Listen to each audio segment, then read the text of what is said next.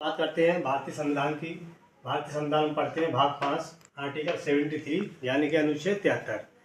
अनुच्छेद 73 में हम चर्चा करते हैं संघ की कार्यपालिका शक्ति का विस्तार। इस आर्टिकल में 73 में संघ की कार्यपालिका शक्ति का विस्तार किया गया है, इसमें वर्णन किया गया है। जैसे कि तो इसमें कार्यपालिका शक्ति के बारे में हम चर्चा कर लेते हैं, किसे कहते हैं। तो जैसे कि केंद्र में प्रधानमंत्री और राष्ट्रपति और इसी प्रकार राज्य में राज्यपाल और मुख्यमंत्री ये कार्यपालिका शक्ति के अंग माने जाते हैं।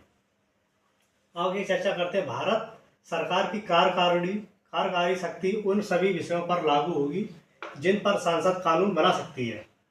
जैसे कि भारत सरकार की कार्यकारी शक्ति उन विषय पर लागू होगी जिन पर संसद कानून बना सकती है। अगर संसद कानून नहीं बनाती है तो उनका नियम वहाँ पर लागू नहीं हुआ।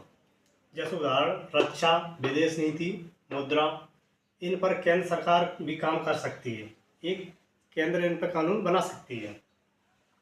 आगे अनुच्छेद 73 ये भी कहता है कि जब तक संविधान या संसद कोई और व्यवस्था ना करे, जैसे कि और कोई कानून ना बनाए, केंद्र की शक्ति राज्यों के मामलों में दखल नहीं देगी। जैसे कि केंद्र ने, संसद ने कोई कानून नहीं बनाया है और ऐसी स्थिति में केंद्र की कार्यपालिका शक्ति है तो वो राज्य की कार्यपालिका शक्ति में दखल नहीं दे सकती। कुछ मामले में वे विषय हैं जिन पर राज्य और केंद्र दोनों कानून बना सकते हैं। जैसे केंद्र सरकार उन्हीं विषयों पर काम करेगी जो देश स्तर पर होंगे। केंद्र सरकार का जो देश स्तर पर ही होंगे। और जैसे कि कुछ काम ऐसे होते हैं राज्य के और केंद्र के, जैसे कि ताजमहल है।